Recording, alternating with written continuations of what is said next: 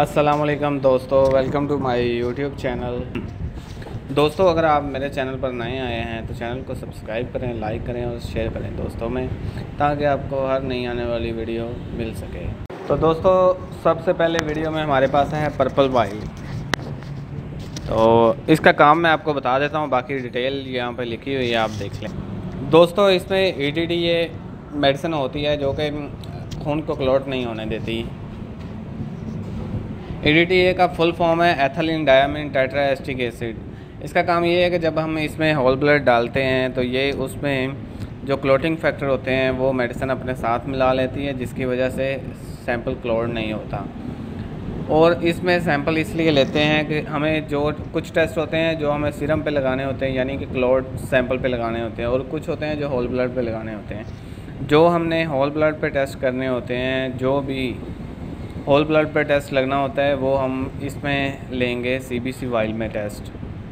EDTA while में, ठीक है, इसमें हम CBC ले सकते हैं, ESR ले सकते हैं, ब्लड ग्रुप ले सकते हैं, मलेरिया का ले सकते हैं, ट्रोप टी हो गया उसका ले सकते हैं, ठीक है, एनीथिंग। ये नीचे सारा मैंने डिटेल लिखी हुई है। डिटेल इसलिए लिखी हुई है कि मतलब खाली CBC भी लिख सकता था। डिटेल इसलिए लिखी हुई है कि अक्सर डॉक्टर जो हैं वो खाली एक पैरामीटर लिख देते हैं, वो फिर समझ नहीं लगती अक्सर लोगों को कि यार इसका सैंपल किस में लें।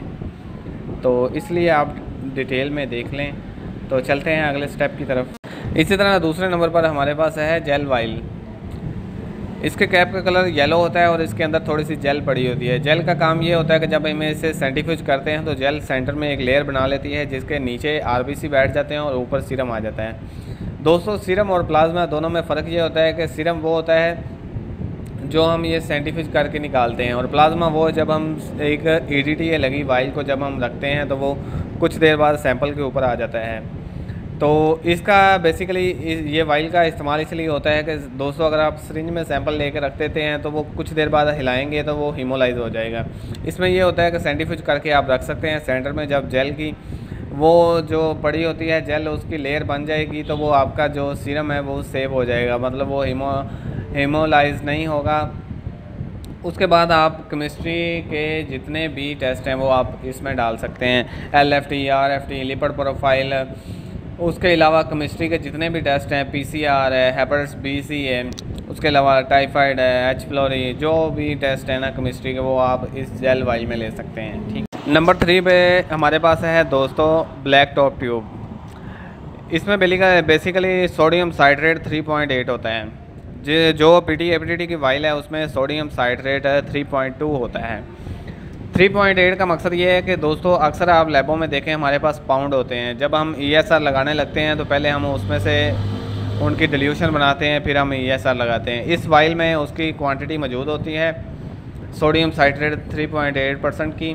तो इसमें सिर्फ आपने सैंपल लेना है और डालना है, और उसके बाद आपने ESR लगा देना है, ठीक है। ESR की फुल फॉर्म है एरिथ्रो सेडिमेंटेशन रेट। तो नंबर 4 पे है हमारे पास ग्रे ट्यूब। दोस्तों, ये शुगर के टेस्ट के लिए इस्तेमाल होती है। इसमें सोडियम फ्लोराइड EDTA होता है, ठीक है। सोडियम फ्लोराइड, इसमें सैंपल क्लॉट नहीं होता है। इसमें आप अगर HbA1c या शुगर का सैंपल लेते हैं, अगर आप किसी क्लॉट वाइल में सैंपल लेते हैं तो उसमें शुगर का लेवल का लो हो जाता है, और ये उसके लिए ख़ास BSR और HbA1c के टेस्ट के लिए बनी है। इसमें आपका शुगर लेवल कम नहीं होगा, सैंपल आपका सेफ होगा। नंबर 5 पे हमारे पास है रेड ट्यूब। दोस्तों, ये एक सिंपल क्लॉटेड ब्लड ट्यूब है। इसके अंदर कोई मेडिसिन नहीं होती है। ये जैसे हमने येलो वाइल देखी थी उसकी तरह की ये एक वाइल है। इसमें और उसमें डिफरेंस ये है कि जो येलो कलर की वाइल है उसमें जेल होती है, और ये सिर्फ अंदर से प्लेन होती है। ये सिर्फ क्लॉट सैंपल को सेव कर सकती है। जैसे आप सिरिंज में रखते हैं वैसे ही इसमें रख सकते हैं। इसमें भी आप कोई भी बायोकेमिस्ट्री का टेस्ट, सेरोलॉजी का टेस्ट आप इसमें सेव कर सकते हैं। PT APTT ट्यूब, ठीक है, ब्लू टॉप ट्यूब है ये। इसके अंदर सोडियम साइट्रेट 3.2% होता है, और ये डिपार्टमेंट ऑफ हेमाटोलॉजी है। इसमें हम PT APTT और INR टेस्ट लगाते हैं, और इसके अलावा ये D डाइमर। नंबर 7 पे दोस्तों हमारे पास है यूरिन कंटेनर, ठीक है। तो जो कंटेनर है ये हमारे इस काम आता है कि हम इसमें मिल्क का सैंपल भी ले सकते हैं, मिल्क एनालिसिस सीमन एनालिसिस और urine analysis, stool analysis. Stool complete का भी टेस्ट इसमें ले सकते हैं, यूरिन कंप्लीट का भी टेस्ट इसमें ले सकते हैं। ठीक है दोस्तों, नंबर 8 पे हमारे पास आता है वाउंड स्वैप।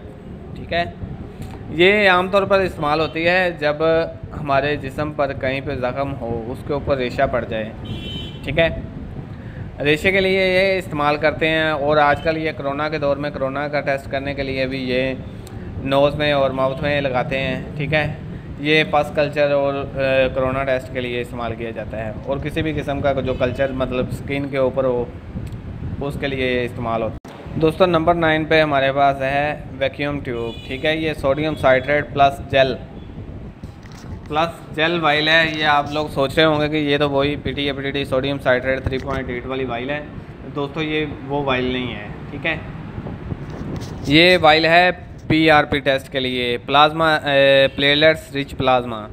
ये दोस्तों आजकल डर्माटोलॉजी में चल रहा है। ये स्किन पे भी लगा रहे हैं और हेयर रिमूव, जिनके बाल गिर जाते हैं, ये उसके लिए भी इस्तेमाल हो रहा है।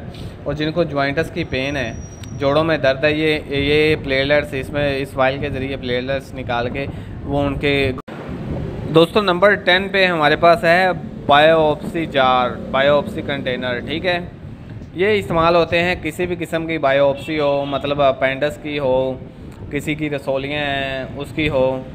ठीक है, जिस्म के किसी भी हिस्से की बायोप्सी, मतलब कोई डॉक्टर आपको टिश्यू निकाल के देता है तो वो आप इस जार में इसकी डिल्यूशन फॉर्मालिन से बनाकर आप सेव करके लैब में भेज। दोस्तों नंबर 11 पे हमारे पास है ब्लड।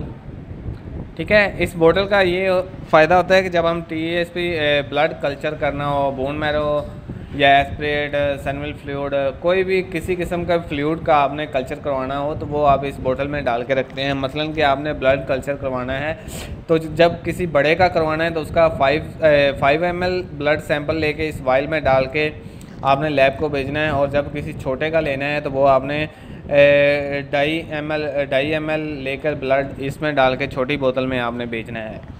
ठीक है, ये किसी भी किस्म के जो ब्लड कल्चर हैं, जो भी कल्चर हैं, मतलब जो फ्लूइड वाले हैं, वो आपने इसमें भेजने हैं।